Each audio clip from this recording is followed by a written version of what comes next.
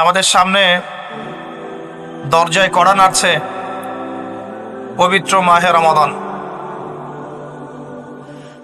রমাদান সংক্রান্ত অনেক আলোচনা আপনারা হয়তো শুনেছেন, তবে আমি আমার জায়গা থেকে রমাদান এবং কোরআন এই টপিকে আজকে কথা বলার চেষ্টা করবো ইনশাআল্লাহ তাআলা। ওয়া তাওফীকি ইল্লা বিল্লাহ আলাইহি তাওয়াক্কালতু ওয়া ইলাইহি উনীব। আমরা আল্লাহর কাছে দোয়া করছি, আল্লাহ পাক বক্তা এবং শ্রোতা সবাইকে শুনে বুঝে আমল করার তৌফিক দান করুন। আমিন।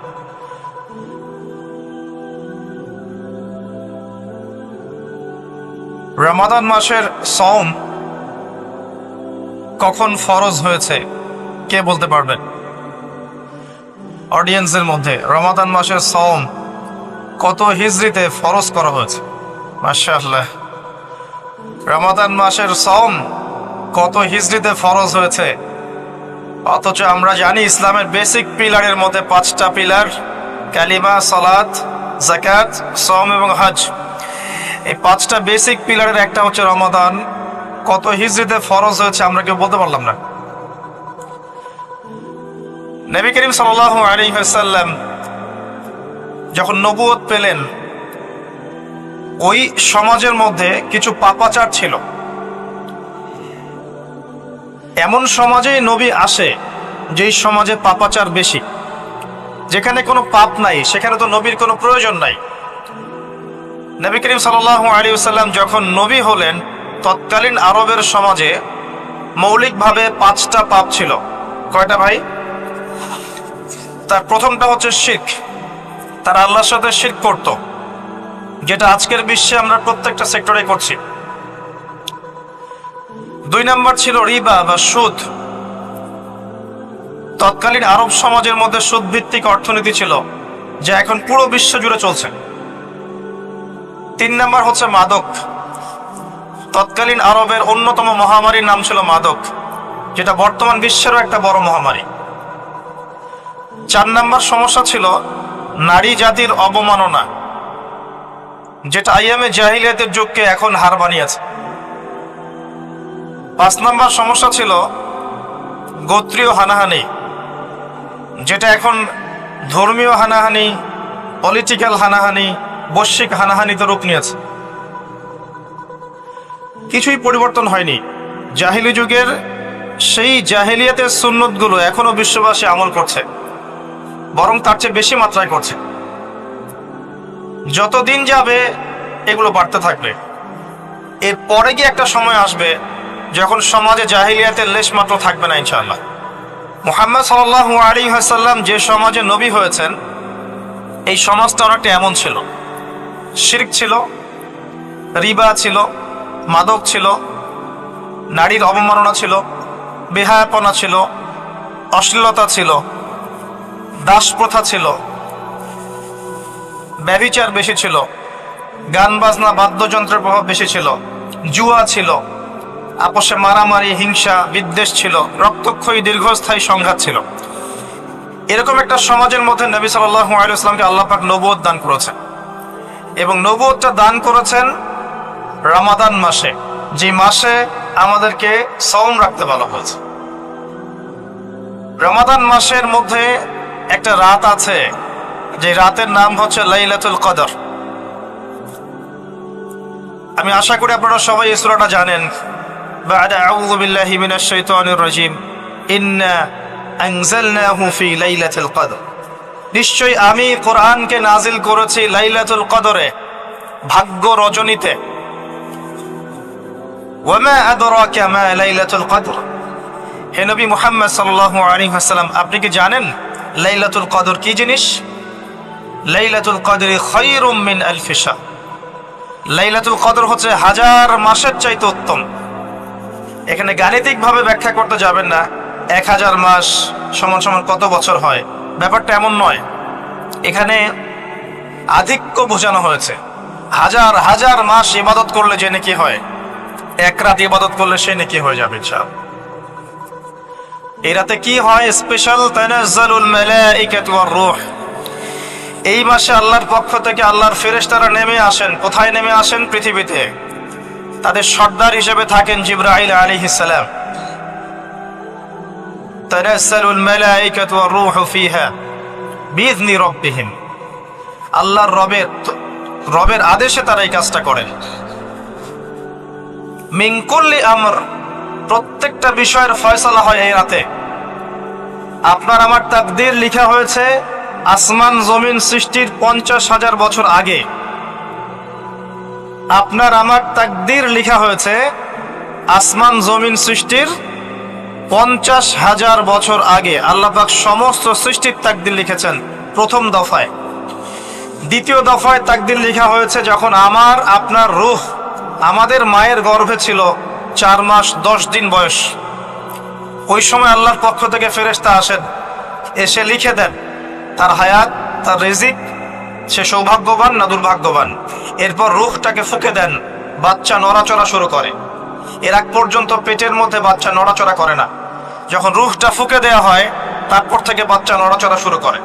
দ্বিতীয় দফায় তাকদীর লেখা হয়।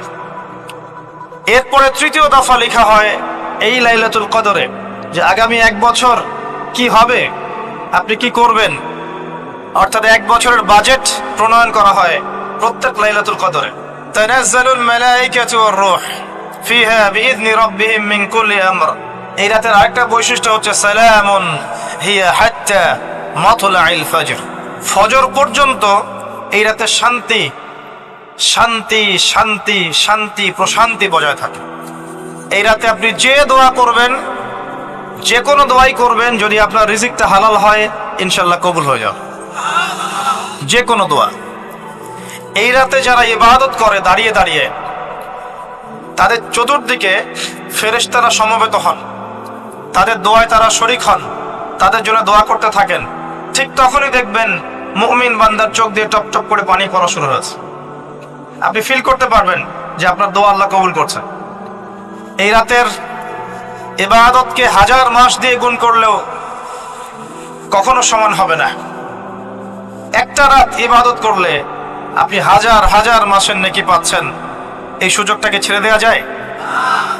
কবে এই রাত স্পেসিফিকলি বলা যাবে না, 27 তারিখেই স্পেসিফিকলি বলা যাবে না যে 21-এর রাতেই, 23-এর রাতেই বা 25-এর রাতেই, নির্দিষ্ট করে বলার কোনো সুযোগ নাই। নবী সাল্লাল্লাহু আলাইহি ওয়াসাল্লাম লাইলাতুল কদর পেয়েছেন এবং ওই রাতে বৃষ্টি হচ্ছিল। তিনি সেজদা করছেন, তার কপালের মধ্যে মসজিদে নববীর যে মাটি আছে এই মাটির কাদা লেগেছিল। তখন কিন্তু মসজিদ টাইলস ফিটিং ছিল না, মাটির মসজিদ থেকে নবী সাল্লাল্লাহু আলাইহি ওয়াসাল্লাম বিশ্ব পরিচালনা করেছেন। আর আমাদের এখন তাজমহলের মতো মসজিদ, হেদায়েতের কোনো হও না এখানে। এটা আখিরুজ জামানের সাইন, মসজিদগুলো হবে চাকচিক্যময়, হেদায়েত শূন্য। হাদিস একদম স্পষ্ট আছে, মসজিদ হবে চাকচিক্যময় কিন্তু হেদায়েত শূন্য। ইভেন দেখবেন নামাজ পড়ছে মুসল্লি, পাশে হই হুল্লো করছে। দিনের কথা আলোচনা হলে বা নামাজ পড়লে, কেউ কোরআন তেলাওয়াত করলে আদবের সাথে যে পাশে শোরগোল করতে হয় না, এটা এখন বুঝাতে হয়। বুঝাতে গিয়ে যদি আপনি এই আয়াত তেলাওয়াত করেন, লাহুম কুলুবুন লা ইয়াফকাহুনা বিহা, কিছু মানুষকে আল্লাহ পাক কলব দিয়েছেন বোঝে না। ওয়া লাহুম আযানুন লা ইয়াসমাউনা বিহা, কিছু মানুষকে আল্লাহ পাক কান দিয়েছেন শোনে না। ওয়া লাহুম আ'য়ুনুন লা ইউবসিরুনা বিহা, কিছু মানুষকে আল্লাহ পাক চোখ দিয়েছেন দেখে না। উলাইকা কাল আনআম, এরা আনআমের মতো। বাল হুম আদাল, বরং তার চাইতেও নিকৃষ্ট। তখন কিছু মানুষের ইগোতে লেগে যায়। তা আচরণ কিন্তু এমনই। কোরআন যেখানে তেলাওয়াত করা হচ্ছে, নবীর হাদিসের কথা বলা হচ্ছে, সেখানে উঁচু স্বরে কথা বলা জায়েজ নেই। নামাজ পড়ছে একজন ব্যক্তি, সে আল্লাহর সাথে সরাসরি কথা বলছে, তার পাশে কথা বলা জায়েজ নেই। এমনকি নামাজরত ব্যক্তির পাশে কোরআন তেলাওয়াত করাও জায়েজ নেই। আমার কথা কি বুঝতে পারছেন? একজন ব্যক্তি নামাজে দাঁড়িয়েছে, আল্লাহর সাথে কথা বলছে, পাশে আপনি কোরআন তেলাওয়াত করতে পারবেন না জোরে জোরে। মনে মনে করতে হবে, করতে চাইলে মনে মনে করতে হবে। অনেক সময় মসজিদের ভিতরে দেখবেন নামাজ পড়া হচ্ছে, শোরগোল করছে। নবী সাল্লাল্লাহু আলাইহি ওয়াসাল্লাম বলেছিলেন, আখিরুজ জামানে, তিরমিজিতে আছে হাদিসটা, আখিরুজ জামানে ইসলামের নামটুকু থাকবে, ইসলামের প্রকৃত বিষয়গুলো থাকবে না। কোরআনের মাসহাফ থাকবে, যে মাসহাফ, কোরআনের মাসহাফটা থাকবে, এর শিক্ষাগুলো থাকবে না। মসজিদগুলো হবে চাকচিক্যময়, কিন্তু মসজিদ হবে হেদায়েত শূন্য। আর চতুর্থ লাইনটা আরো ভয়ঙ্কর।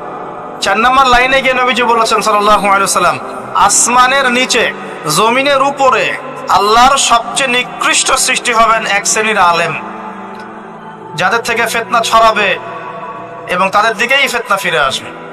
তিরমিজির মধ্যে হাদিসটা আছে, যে কোনো আলেমকে জিজ্ঞাসা করে এটা কোন শ্রেণীর আলেম, এটা বোঝার জন্য আপনার পিএইচডি করার দরকার নাই। যারা দিনকে দুনিয়ার বিনিময়ে বিক্রি করেছে তারাই সেই শ্রেণীর আলেম। যারা সত্য কথা বলতে ভয় পেয়েছে তারাই সেই শ্রেণীর আলেম। যারা সত্যকে মিথ্যার সাথে মিশ্রিত করেছে তারাই সেই শ্রেণীর আলেম। এবং যারা ইসলামের নামে উম্মাকে শতদা বিভক্ত করে দিয়েছে এরাই সেই শ্রেণীর আলেম। নবী করিম সাল্লাল্লাহু আলাইহি ওয়াসাল্লাম বলেছেন, লাইলাতুল কদর আমি পেয়েছি, কপালে কাদা মাটি ছিল, বৃষ্টি হচ্ছিল, তার মানে ওই রাতে বৃষ্টি হতে পারে, ওই রাতে বৃষ্টি হতে পারে। লাইলাতুল কদরের আলামত রাতের বেলা বৃষ্টি হতে পারে। বৃষ্টি হয়েছে, তিনি নামাজ পড়েছেন, কপালের মধ্যে কাদা লেগেছিল, তিনি বের হয়েছেন, সাহাবীদেরকে বলবেন কোন রাতটা লাইলাতুল কদর, আজকের রাতটা লাইলাতুল কদর, এটা বলতে বের হয়েছে। বের হয়ে দেখছেন দুজন মুসলিম আপোষে ঝগড়া করছে। লিসেন টু মি, দুজন মুসলিম আপোষে ঝগড়া করছে। আমরা বলি না যে মুসলিমদের মাঝে ইখতিলাফগুলো রহমত, আমরা বলি না? দুজন মুসলিম আপোষে ঝগড়া করছে, এই কাজটার কারণে আল্লাহ রাব্বুল আলামিন নবী সাল্লাল্লাহু আলাইহি ওয়াসাল্লামের হৃদয় থেকে এই কথাটাকে তুলে নিলেন। তিনি আর বললেন না এক্স্যাক্টলি কোন রাতে লাইলাতুল কদর ছিল, তিনি বলতেই বেরিয়েছিলেন যে কোন রাতে লাইলাতুল কদর ছিল। আমাদের ইখতিলাফের কারণে আমরা সেই নির্দিষ্ট রাতটাকে হারিয়ে ফেলেছি। তবে এর মধ্যেই খায়র আছে, এর মধ্যেই কল্যাণ আছে। আরবিতে একটা প্রবাদ আছে, কুল্লু শার ইউজাদু ফিহিল খায়র, প্রত্যেকটা অকল্যাণের পিছনেই কোনো না কোনো কল্যাণ আছে। নির্দিষ্ট করে বলে দিলে আমরা বাকি রাতগুলো জাগতাম না। নবী সাল্লাল্লাহু আলাইহি ওয়াসাল্লাম এখন বললেন যে আমাকে ভুলিয়ে দেওয়া হয়েছে কোন রাত, তোমাদের ঝগড়ার কারণে। অতএব তোমরা শেষ দশকের বিজোড় রাতগুলোকে তালাশ করো। শেষ দশকের বিজোড় রাত বলতে 21-এর রাত, 23-এর রাত, 25, 27, 29, এই 5টা রাতের যে কোনো একটা লাইলাতুল কদর। এই রাতে ইবাদত করলে এত নেকি হচ্ছে, কারণটা কি? রাত আর দিন কি ডিফারেন্ট কিছু? প্রত্যেক রাতেই কিন্তু আল্লাহ পাক প্রথম আসমানে নেমে আসেন, প্রত্যেক রাতে, শুধু শবে বরাতের রাতে নয়, শুধু নিসফে শাবানের রাতে নয়, কিন্তু প্রত্যেক রাতেই আল্লাহ পাক প্রথম আসমানে নেমে আসেন। তিনি কিভাবে নেমে আসেন এটা ব্যাখ্যা করার দরকার নেই আমাদের। আল্লাহ পাক বলেছেন নেমে আসি, বাস আসি। কারণ সবকিছু আমরা যুক্তি, বিজ্ঞান, দর্শন দিয়ে প্রমাণ করতে পারবো না। পারবো? সায়েন্সকে জিজ্ঞাসা করেন যে স্বপ্নের ব্যাখ্যা কি, ঘুম কাকে বলে, আত্মা কাকে বলে, আত্মা কঠিন না তরল না বায়বীয়, পারবে সায়েন্স ব্যাখ্যা করতে? কবরের আযাব কি, জিন জাতি কি, জিন জাতি কাকে বলে, জিন জাতি কেমন দেখতে, মালায়েকা কেমন, তারা কিভাবে কাজ করে, তাদের ফাংশন কি, তারা কি ব্যাখ্যা করতে পারবে? আমাদের একটা চেতনা তৈরি হয়েছে, সায়েন্স যা বলবে তাই সত্য। এই চেতনা পুরোপুরি সত্য নয়। কোরআন এবং সুন্নাহ, আল্লাহ এবং তার রাসূল যা বলবেন সেটাই চূড়ান্ত সত্য। এর বাইরে সত্য মিথ্যার চূড়ান্ত কোনো মানদণ্ড নাই। হ্যাঁ, সায়েন্সের ভিত্তি আমরাই দিয়েছি, এটা অমুসলিমরা দেয়নি, এর ভিত্তি মুসলিমরা দিয়েছে। পরবর্তীতে এরা এর উপর ঘষা মাজা করেছে। এখন সায়েন্টিফিক এবং টেকনোলজিক্যাল রেভলিউশন আসছে পশ্চিমা সভ্যতা থেকে। এই সভ্যতার ধারক বাহক ছিলাম আমরা। সভ্যতা এদের দ্বারা শুরু হয়নি, সভ্যতা নবীদের দ্বারা শুরু হয়েছে। তো সবকিছু সায়েন্স দিয়ে ব্যাখ্যা করা যাবে এমন নয়, কারণ সায়েন্সের সীমাবদ্ধতা আছে, আল্লাহর জ্ঞানের কোনো সীমাবদ্ধতা নাই। তো আল্লাহ নেমে আসেন, ব্যাস নেমে আসেন। নেমে এসে আল্লাহ পাক কি বলেন? আল্লাহ পাক 3টা কথা বলেন। রাতের শেষ অংশ, রাতকে ভাগ করেন। যদি 6টার সময় রাত শুরু হয়, রাত কিন্তু রাত 12টায় শুরু হয় না, সূর্য ডুবে গেলেই রাত শুরু হয়, এটাই ইসলাম। এখন 6টা থেকে আপনি এই 5টা পর্যন্ত সময়টাকে 3 ভাগে ভাগ করেন। শেষের অংশ ধরে নেন যে 1টা থেকে 5টা, কথার কথা আমি এস্টিমেট করলাম এই সময়টুকুতে আল্লাহ রাব্বুল আলামিন কাছে নেমে আসে প্রথম আসমানে, অর্থাৎ তার রহমত নিকটবর্তী হয় এবং তিনি আহ্বান করতে থাকেন তিনটা জিনিস।